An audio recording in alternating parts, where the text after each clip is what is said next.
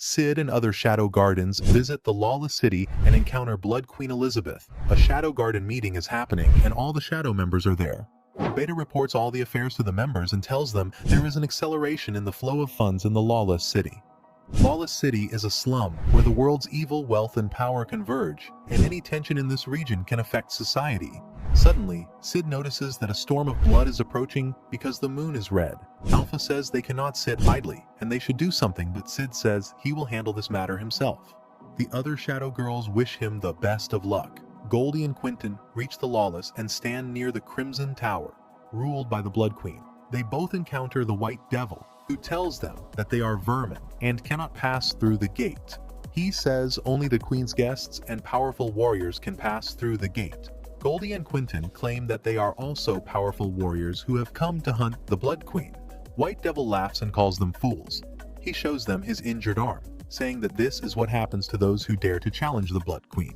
He tells them that he lost his right arm and is now kept as Queen's watchdog. White Devil then introduces himself, and Goldie and Quentin are shocked to know this. They realize that he is a wanted criminal with a huge bounty on his head. Suddenly, the White Devil rushes toward them to attack. Claire is dragging Sid into the lawless city. Claire is sent by the Dark Knight Association to slay vampires. She tells Sid that she is going to attend a strategy meeting of the Dark Knight Association. Sid remembers his past events while looking around in the city. Claire tells him that she will try to make a spot for him in the Midgar's Night Order after his graduation. They both are stopped by a man who has kept Gildy and Quentin in chains. The man wants Claire to buy them, but she refuses. Sid feels Gildy and Quentin's faces are familiar and thinks that he has met them before. Finally, Sid succeeds in running from Claire and wanders around the city. He pickpockets the thieves and secures some money. He runs into a group of people attacking a ghoul who attacks them, and they also turn into ghouls. One of them is about to attack Sid, but he is saved by an ancient vampire hunter named Mary. She asks him to run to save his life. Claire searches for Sid, but does not find him anywhere. The city is attacked by many ghouls. Skell and Poe are in search of some prostitutes and are attacked by ghouls. Sid, who is now Shadow, saves a prostitute named Marie from a ghoul and repeats the same lines Mary says to him. After his departure, Marie is told by another girl that Shadow is an evil mastermind who had a field day beating up the clergy. Marie does not believe that Shadow could be a bad man. She tells the girl that she is leaving the town, but the girl asks her not to break the contract. She pays a deaf ear to her and says thanks to Shadow, who has given her new hope. Lady Yukime is informed that the city is attacked by ghouls. Claire finds a dead body and thinks it is Sid. She is weeping when Mary comes there and asks if she is searching for her brother. She claims that she met Sid some time ago, who was taken away to the Crimson Tower by the followers of the Blood Queen. She tells her that vampires want to sacrifice Sid to awaken the Blood Queen Elizabeth from a 1,000-year slumber. She says she is in search of the Blood Queen and asks Claire to join her because they are going in the same direction. They both head toward the Crimson Tower while killing ghouls. Sid saves some other people from ghouls and asks them to run to save their lives. Lord Crimson is informed that the preparations for sacrifice are complete, but they are facing some resistance from some people, and Crimson says he knows who is behind it. He says that the ruler of the White Tower, Yukimi, the Spirit Fox, and the ruler of the Black Tower, Juggernaut the Tyrant, are behind this. Lord Crimson is informed that there is someone who is killing the ghouls around the city. Yukimi and Juggernaut fight each other when suddenly Shadow comes there and forces them to stop. They ask him who he is, and he tells them that he is Shadow, and he lurks in shadows to hunt shadows. The White Devil kills a lot of people and says that it was the purpose of his life. He says he was on top of survival when he attacked the lawless city, but suddenly Lord Crimson blew off his arm and defeated him. Now he is chained as a watchdog of the tower. He says he wants to be free and kill people. He then sees Yukimi, Juggernaut, and Shadow there, and admits that he can never defeat them. They all break through the gate and enter, much to White Devil's surprise. Yukimi and Juggernaut ignore Shadow and leave. White Devil thinks Shadow is weaker than him and attacks him, but he tears his body into pieces with a single blow. Beta is reading a book when Claire and Mary enter the tower. Beta asks Claire if she is the winner of the Bushin Festival, and she is surprised that Beta knows her. Beta tells them that she is one of the Shadows and is doing some research. She says vampires and possessed are from the same origin, and her research is also on this theory. To test the hypothesis, they need to study Blood Queen because she belongs to vampires. Mary disagrees with Beta, saying that this is blasphemy against progenitors' vampires. Beta says they should stay out of each other's business, and Mary is shocked to learn that Beta knows her well. Claire asks Beta if there is any way to cure possessed. but Beta asks her not to worry about this. Claire mentions her brother, and Beta gets worried to know that Sid has been kidnapped. Another soldier named 6666 panics to hear about Sid's kidnapping, and Beta scolds her. Claire and Mary kill some vampires, and Mary gives Claire some information about vampires. Claire becomes suspicious of Mary and questions her loyalty. Mary asks her not to pry into her secrets. They are talking when suddenly they feel magical energy. They see Juggernaut fighting with vampires and asking them where Blood Queen is. Mary and Claire hide, and Mary tells Claire about Juggernaut the Tyrant. She also says that they should avoid fighting him and escape. Suddenly, Juggernaut finds them and attacks them. Mary gets severe injuries and asks Claire to let her suck her blood. She heals herself by sucking Claire's blood and attacks Juggernaut, but in vain. Claire realizes that Mary is a vampire. Suddenly, Sid comes there in the disguise of Shadow and attacks Juggernaut, throwing him off the tower. He then repeats Mary's lines and disappears. Mary says Shadow is marked as an enemy by the church. Mary apologizes to Claire for taking her blood, and she says it is fine. Mary tells Claire that her secret is that she is a vampire. She says she will tell her everything about herself and the truth about Blood Queen. She tells Claire that 1,000 years ago, vampires were in their golden age, and they killed humans and devoured them like animals.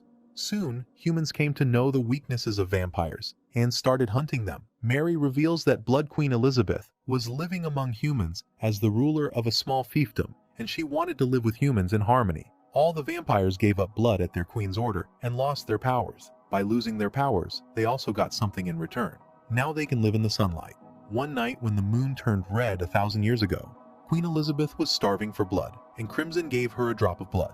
Her power awakened after drinking a single drop of blood, and she caused a great catastrophe in the kingdom. Her frenzy lasted for 3 days and 3 nights, and 3 kingdoms suffered great damage. Mary says she reunited with Blood Queen Elizabeth after some time. Queen asked Mary to shatter her ashes into the ocean to avoid further bloodshed and her revival. She stabbed herself but could not turn to ash. Mary vowed to watch over her in her slumber. Lord Crimson came there and took the queen's body from her. He wanted to revive Elizabeth 1,000 years later when the moon would turn red again. After hearing Mary's past story, Claire starts talking about herself. She reveals that she showed signs of demon possession when she was young.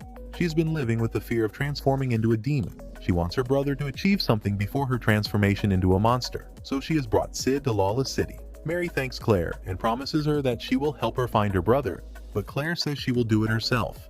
Sid enters the tower and searches for some treasure. He takes the gold coins and hides them in his suit. Crimson is in the middle of the awakening process of the Blood Queen when Shadow comes there and kills him. After killing all the people, Shadow goes to check the underground and decides to take the remaining gold coins. Claire and Mary reach the place and search for Sid. Mary guesses that Sid has not been sacrificed yet because she does not feel Crimson's presence. Suddenly, Claire is attacked by half-awakened Blood Queen Elizabeth. She is about to suck Claire's blood when the Shadow Garden comes there and saves her.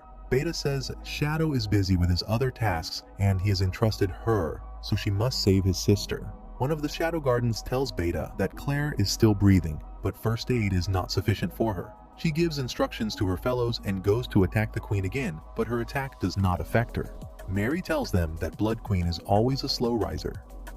The newly arriving Yukimi believes the combat is beyond her ability, but Juggernaut chooses to join the fray. The only thing Juggernaut has contributed is a new body-shaped crater in a wall. Yukimi and Juggernaut are still fighting. Blood Queen starts taking their blood and making herself more powerful. Beta asks number 666 to take Claire out of there. Suddenly, Queen Elizabeth takes control of the demon blood in all the members of Shadow Garden. Claire, who has a higher concentration of demon blood, becomes insane. She awakens in the hospital wearing a school gym uniform and sees a woman sitting near her. The woman mentions a boy and Claire asks who he is. She tells her that he knows everything about her. She tells Claire that she will soon turn into a rotting mess. Claire asks her to tell her who she is and what is happening. The woman tells her about the theory of evaluation and adapting. She also tells her about the 2 types of blood-possessed and progenitor vampires. Adaptation can result in traits that are separated by blood. The possessed and progenitor vampires are 2 such examples, and the 2 types of blood reunited within Claire's body. Claire does not have complete control over the situation, but she is willing to assist her. To aid with this management, a mark emerges on Claire's left hand. Violet Eyes ultimately admits her identity, Aurora, following Claire's relentless cross-examination. Aurora admits that she is assisting her due to Shadow. Before Claire could ask any further questions, reality shatters and unveils the Crimson Tower once more. Aurora is pleased with her newfound freedom in Claire's body. The Blood Queen strikes the Purple Woman and launches lethal blood projectiles at her. Aurora quietly comes to a halt and changes the trajectory of the red rockets. They all tear the Blood Queen apart, but her regeneration powers make light work of her damaged body. Aurora tries atomic magic, but Claire's body can't handle it. Shadow gleams in the light of the red moon. The fight begins with a shout from Shadow. Beta wonders why he isn't counterattacking, but she learns. His goal is to keep everyone safe. A massive explosion of magical energy heralds the commencement, and Shadow finds himself face to face with the Monarch in an instant. The Blood Queen's face, which had been apathetic during the struggle, warps into a smile and asks for his name. Shadow's response reverberates throughout the sky. I am Recovery Atomic. The strange man's spell heals Ghoul's wounds and Elizabeth's consciousness.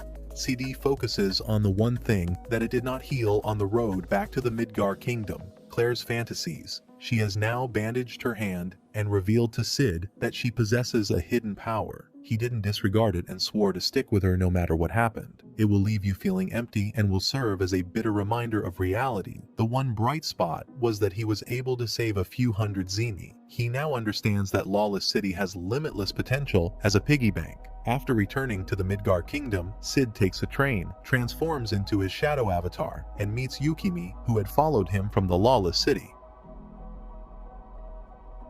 A hired gang of outlaws ambushes a high-value Mitsugoshi company cargo transaction packed with rare commodities. They have surrounded the captured female Mitsugoshi employees and are pillaging the cargo, which is estimated to be worth a whopping 100 million Zeni. As the bandits go about their nefarious activities, one of them confides in the terrified women about their evil objectives, claiming that Mitsugoshi's great profitability and quick expansion are causing his employer grave concern. She gently inquires about the identity of this employer. The bandit confesses that Garter dispatched them, and the young woman recalls how he is the head of the major corporate alliance, MCA, and a prominent member of society. She expresses disbelief, pointing out that Garter is well known for his devotion to the divine teachings and his gifts to the church, and it seems unfathomable that such a man would hire bandits to disturb legitimate commercial operations, terrifying the guys as they are suddenly surrounded by an assembly of ladies clad fully in black. Shadow Garden. With the women, they were threatening to remove their disguises and disclose their genuine identities, Nu, Chi, and Omega, without any disguised fear. During their lunch in the royal capital, Skell and Poe proudly parade their newly purchased fashionable clothing from Kom-Adu Mitsugoshi to Chid, their latest effort to charm the ladies. Sid muses that everything design-related from Mitsugoshi is most likely from Etta, increasing the number of girls who benefited from Shadow's knowledge.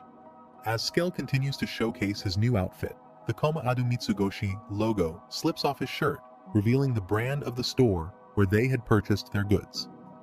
Skell is disappointed to discover he's wearing a knockoff, but he tries to console himself by suggesting that they just reattach the emblem, as if it were a trivial inconvenience. Yukimi expresses her delight at having Shadow on their side, but he quickly disowns the name, claiming that he would use John Smith from now on, and maintains that their collaboration is purely driven by the potential of a prosperous relationship. Yukimi conceals a significant scar on her back while focusing on her plans to deal with Gaetan single-handedly. As the train comes to a stop, John exits, vowing to destroy the present system and rebuild it from the ground up. The following day, MCA-affiliated capital merchants held a major sale on all of their merchandise. As Sid joins Skell and Poe in their eagerness to take advantage of the offers, he can't help but observe that Mitsugoshi has gone too far, creating enemies with local traders and compromising their future. He predicted that Mitsugoshi's opponents would bring him down, and that if that happened, he would use the cash he had amassed to build a new firm, offering executive positions to Alpha and the females. Sid observed that the banknote Poe handed over was unusual from the regular cash, as the guys paid for their purchases. Sid remembered telling the girls, Beta, Gamma, and Ida, about an MHK documentary on banking and credit creation that encouraged them to start their bank. Sid related a childhood experience with the two friends about how, as a child, he hoped to create copies of a 1,000-yen bill using a copy machine at a neighborhood store. However, he abandoned this desire after being chastised by a cashier. Skell and Poe were perplexed by the account, and Poe asked Sid to return his money, but Sid refused and quickly took off with it. Skell and Poe pursue Sid as he frantically tries to recall the MHK documentary. After that, Sid went out for his evening meal and ran across Delta, who detected the peculiar fragrance of a fox therianthrope that clung to Sid. When Delta questioned Sid, he replied that he had been hunting foxes, causing Delta to quickly propose that Sid join her in pursuing bandits in the city.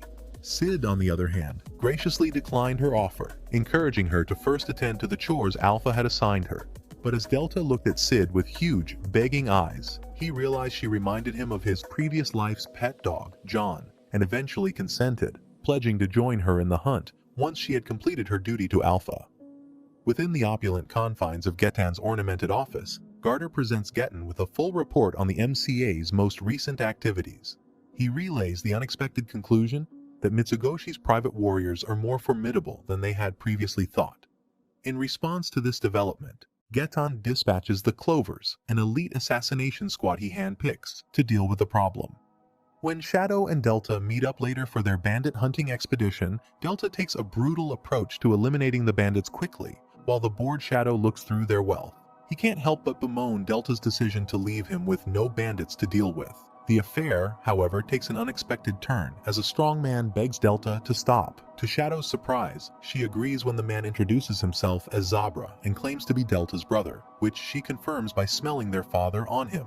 Delta, previously Sarah, was persecuted when she experienced demon possession, but Zabra goes on to reveal that he now serves under Getan. The Delta becomes ecstatic and informs Shadow that if he can defeat her father, he can become the clan's head, offering him 100 women and having 100 offspring himself. But Sid ignores her offer. Many people were running from the roofs, and Gamma informed Alpha that they were successful in decreasing attacks on their transport range. She also tells about other things, and says if the condition continues, Lord Shadow will relent under the weight of his ambitions. Gamma knows they don't have to take any steps that will show that Mitsugoshi and the Shadow Guards are connected. Alpha says only a moment is used to break the trust, and they will not break this trust. She says Shadow Guard will teach her this lesson, and Gamma says yes, they don't have to have any rash behavior towards anyone. Then Mao comes and informs them that guests are coming as mean enemies. Alpha is going to tell Mu to handle it, but Gamma insists on letting her handle the situation, and Alpha sends 2 other members with her. The enemies say there's no security there, but their target is the manager, and then Gamma says thanks for coming there. The man says there's no security, but she's looking very confident. One of them says he's the strongest Peterson of Clover sent by Garter. He attacks, but is shocked that nothing special happens to her. She asks why he uses such a powerful attack at the very beginning, and now she will tell him. She takes out her sword and starts to fight against the men, but the men dodge her attacks very easily. She says now she will attack him with her full power and use her medical attack on him. She says, let's hear what her master teaches her.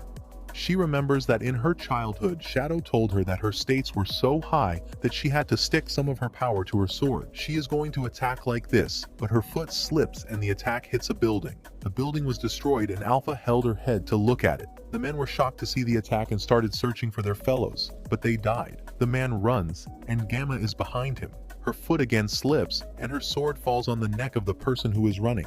He ended up there. On the other hand, Garter tells Getan that Cloves has not come back yet, and they have lost their connection to them. Getan thinks he can't take any more people from the cult because they have fewer people. He says there are a few things left, and then he will gain the power to defeat anyone. He also remembers a person who kills his fellows, and maybe he wants to take revenge on him. Alexia is practicing, as said by Shadow, who says she is doing very well. She says her friends are struggling, but she cannot do her best. She wants to remain an outsider. She says to Shadow that he's a very carefree person, and she will pray that he is free like this. I'm the mercy scene. Shadow is sitting in a restaurant being a John Smith. Yukimi comes to him and tells them their production is complete. She tells him about the details, and they make a plan. Then she shows him fake money, and Shadow says he cannot identify them. Yukimi says they have to distribute them right now. She says that when the production of fake money increases, he has to handle the situation. She says that she will take revenge on Getan. He destroyed her village and took everything from her, but now she will take everything from him. John Smith says she can do it, but don't go the wrong way. Gamma tells Alpha about the circulation of fake money. They receive a lot of fake money in their business, but they could not reach their exact location, so she told Gamma to check on it. Garter also tells Getan about the fake money. They cannot identify what's real. It is very dangerous if people come to know about the circulation of fake money. Then businesses and banks will suffer losses. The value of paper money will decrease, and Fetton is also making fake money to decrease the value of paper money. He does this to close the Mitsugoshi company. This mission is given by the cult to Getten. Shadow members go to a train because they know the train has a cargo of fake money that is going to a lawless city.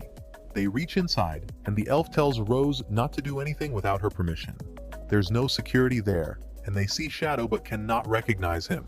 Rose goes to fight, but he defeats them. Rose wants to fight, but the other elf says they have to inform Lady Gamma first. The group of guys who fought with John Smith informs their lord, Lady Alpha. They talk about the power of John Smith, and Gamma says she doesn't hear the name of John if he would be a member of Named Children. Lady Alpha says maybe he is a citizen of a lawless city. Rose says that he is so powerful, and she thinks his power is equal to the 7 shadows. The other elf stopped her, and then Alpha said they had another problem to solve. She told them about the topic they discussed. She sent Zeta there for research, but she didn't have contact with him. She hopes that this will end quickly. The cult is putting up some heavy resistance. This will put an end to it too quickly so they can take some rest together. She says they will send Delta to handle John. John is reading a book on the train, and Delta reaches for him. She comes inside from a glass window and attacks him, but he easily dodges all her attacks. He tied her there and asked her what she was trying to do, but she smelled him say it at the same time and came to know that he was a shadow. She tells him that she found a way to defeat John, but now that she has come to know that the shadow is John, she has to inform Alpha about this. John tells her that he came there for a secret mission, and if she tells her about him, then his secret mission will fail. She says he's a boss and she can't defeat him, Delta says, but she also came for a mission. Shadow says he has a mission for her. She asks him to tell her that Alpha would not be mad at her, and he says don't worry. He says they will give her a sticking-in reward, and he tells her about the lawless city. There's a black ghost there, and she has to hunt a big bad guy named Juggernaut. On the other hand, Gamma talks with Alpha about the mission of Delta. Alpha hopes that Delta will not abandon the mission. Then Gamma tells her about the increase of fake money in circulation, and citizens will come to know. They have to change the plan so fast, but at first they have to eliminate John. Alpha is angry and says John wants to take everything. A few people came to Mr. Garrett, and they talked about fake money and said it was his responsibility to check it out. Getten kills all of them, but only one is left, and he tells him to come to know about the source of all the fake money. In the town, Iris is going to meet with Alexia, who has a lot of books in her hands. She tells Iris about specialized books, and that the academy is rebuilding. Iris says she's working to improve herself this summer, and she will learn where to use her sword. Beta informs Shadow about the circumstances and who is writing a notice. She says that they lost contact with Delta. Maybe she would die. Shadow says no.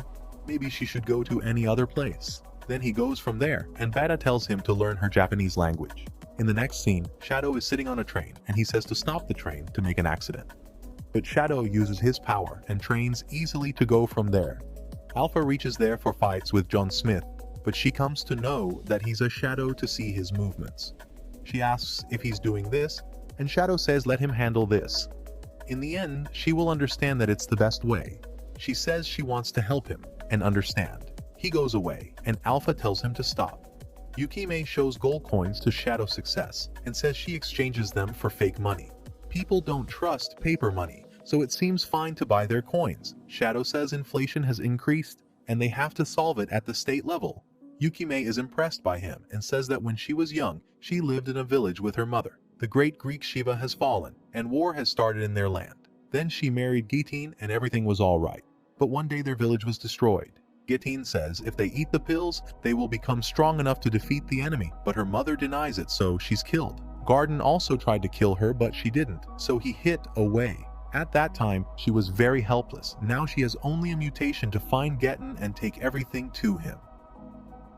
All the shopkeepers don't have any paper money. People spend hours in banks, but it takes too much time. Beta is upset to see the report, and Alpha is sitting sadly and saying Shadow. Shine people fill their bags with coins and go away. These people exchange their money for coins. A bank is coded, and people are angry. Getten says to Pearson that he went there and still doesn't know about the fake money. He says they could reach the company, but they come to know that Yukemi is behind all this. Getten is shocked to hear her name, and a bell rings. He feels her presence around there, so he stops the carriage. Gamma is standing near Alpha, who is very upset. She says that they are behind the shadows and cannot reach him. He's very powerful and doesn't need them. Gamma tells her that in some situations, they use them very badly. Customers are angry at their banks because they want them to exchange their money, but they cannot. Alpha tells her that Shadow files all this. They do not reach his expectations. In some way he shows their status to them, and they get sad. Alpha remembers that when she says to Shadow, he can take her soul. Another elf comes and tells them that Getten is behind all this. Gamma says he wants to be destroyed. Shadow Guard knows about the truth behind fake money, and he goes. Alpha gets shocked to hear this. Then they both think that Shadow created this scenario and broke his connection with them.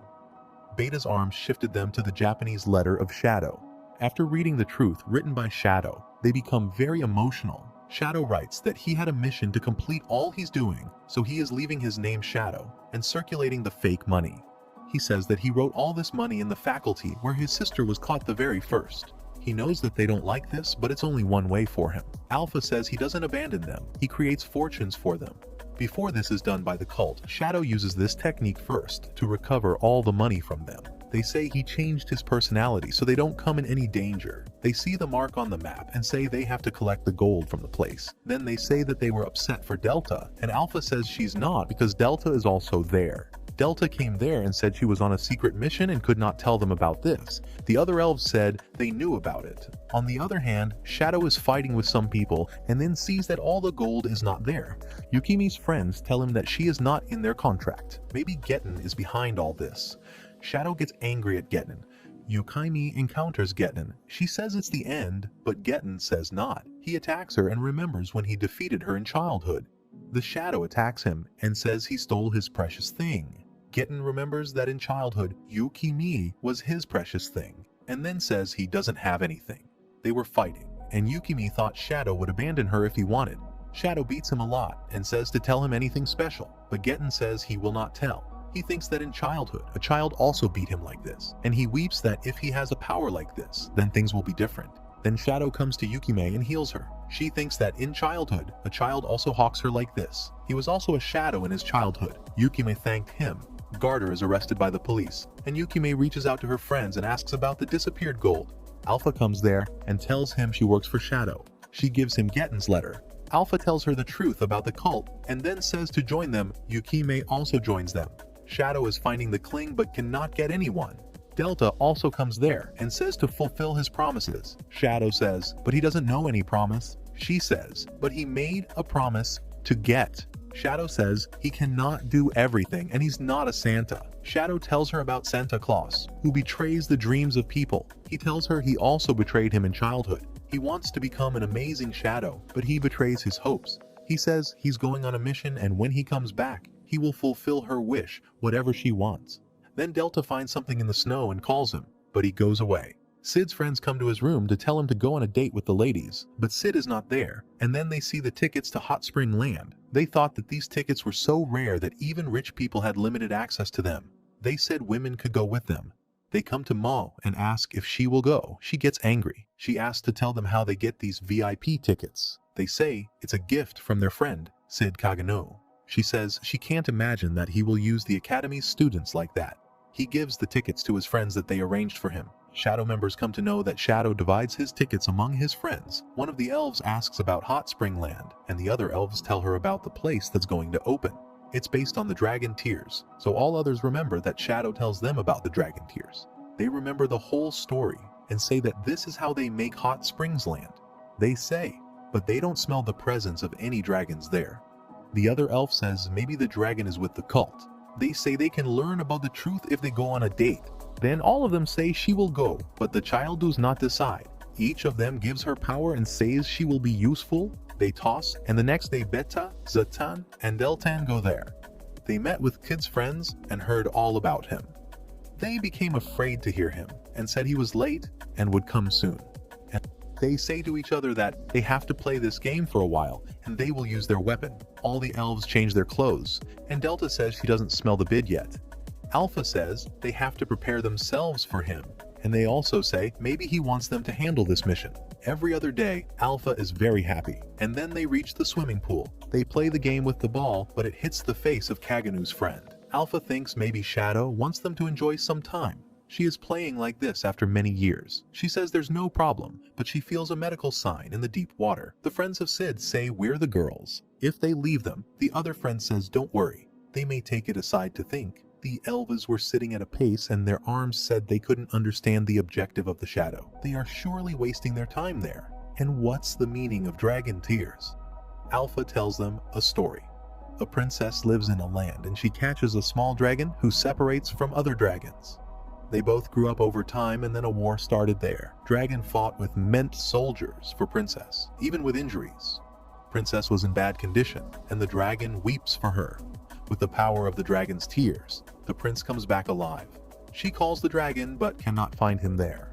The Elves understand the story.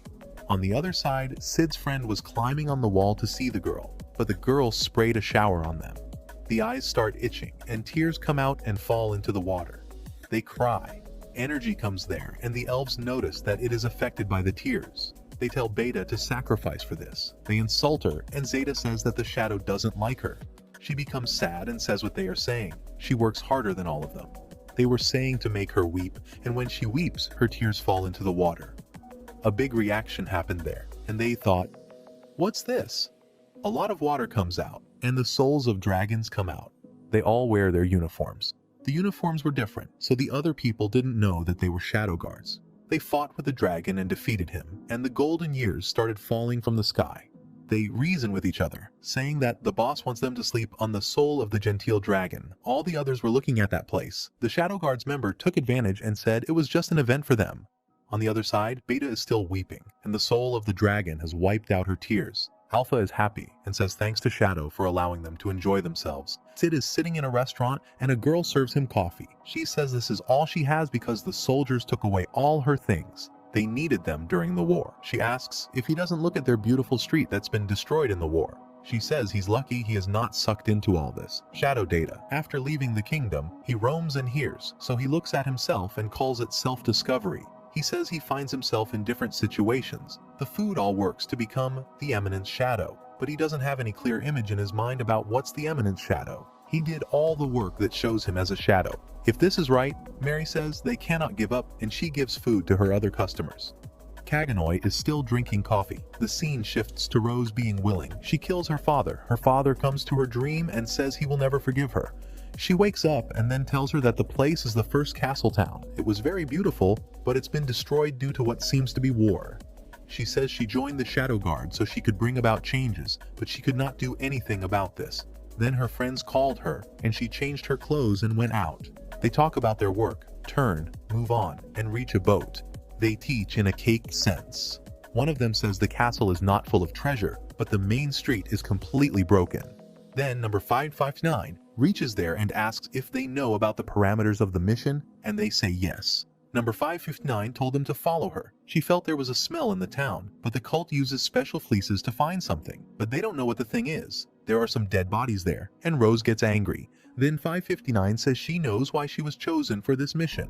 Rose says she's familiar with Fort First, and 559 says her family uses the stronghold as a summer resort, and she receives her powers directly from Lord Shadow. She says to Rose, but she is weak and she can eliminate her. They move on and see that enemies are there. They also see the leader named Kawadoi the Gale, and Rose knows about this. Then they call the Royal Majesty. Rose sees that she's her mother. Her mother activates something. A ring of the legend comes out, who is protected by Hero Freya. 559 tells them to get ready for an attack, and Rose says not to do this because her mother is there. She goes there and attacks Rose's mother, but Rose comes there. The urge for enemies to understand that they were shadow guards. They laugh and say they ate fighting with each other, and 559 says she will eliminate her. Rose's mother says she's in danger, and then 559 attack. The scene shifts to Gamma, who sees the report and says 559 could not control herself. Rose sees her mother as a cult. That's an unfortunate thing.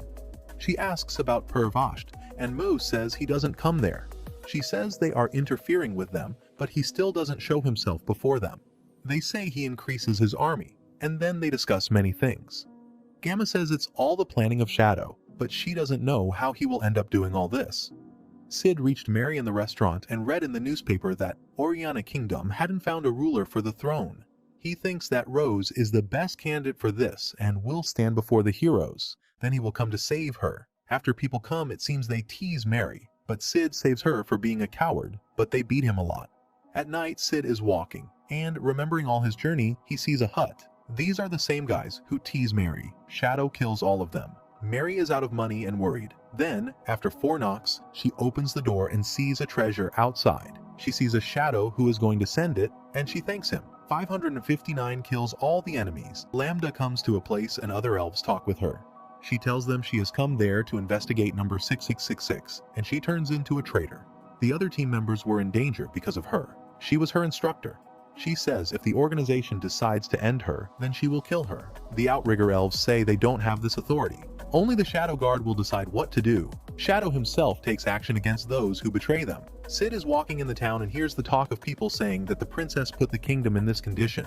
He says that he is against this marriage. Then he met with Epsilon and sat in her carriage. She says she has had permission to enter the palace whenever and however she wants. She can take him to the palace, but he has to act as her student.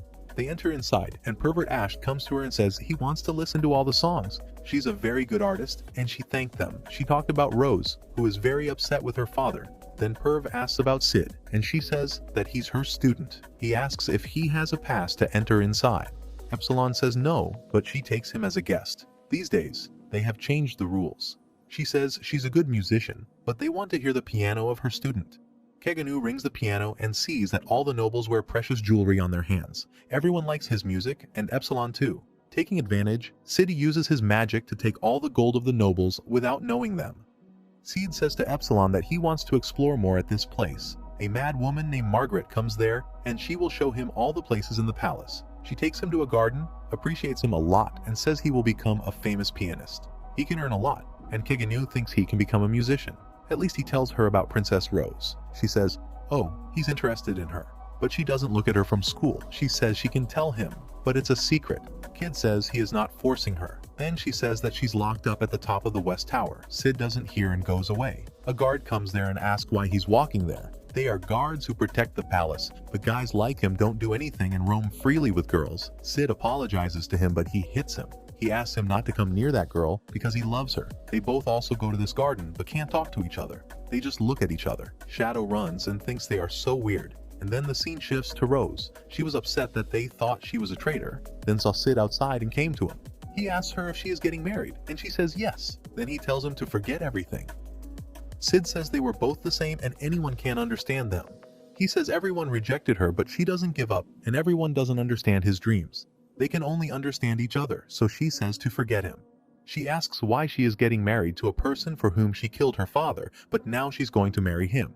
Then Perv Ash comes there and says someone hears a voice from her room. They talk with each other. Sid hears the talk, and Perv says if she wants her mother's life, then she has to marry him. Rose says to forgive her for this. 559 talks with Epsilon and says it will be the judgment of Shadow about Rose. Epsilon says she will promote her as a Shadow Guard. They talk about the power of the ring that's key, then Sid also comes there, and then Victoria 559 takes some fruit for him. He says the fruits and says his mission is almost complete. Epsilon says, but it was just his first day. Sid says she knows that he can do anything with a little finger in his hand. Victoria and Epsilon say that he is very amazing.